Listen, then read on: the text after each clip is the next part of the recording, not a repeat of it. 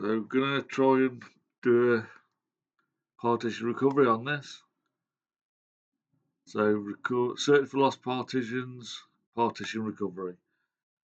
So just select the whole disk. You can do a custom RAID if you want. So it's found 2 partitions straight away. So it's got clone and primary. I know they were the ones. Also, you can tell by the capacity, 100 megabytes your boot partition, and then your main C hard drive. So you just press save all. So I'm going to go for GPT, because that's for newer systems, or this is for legacy. There you go, it's opened it, and now you can get into your drives. That's your boot, and that's my C drive. So, brilliant tool.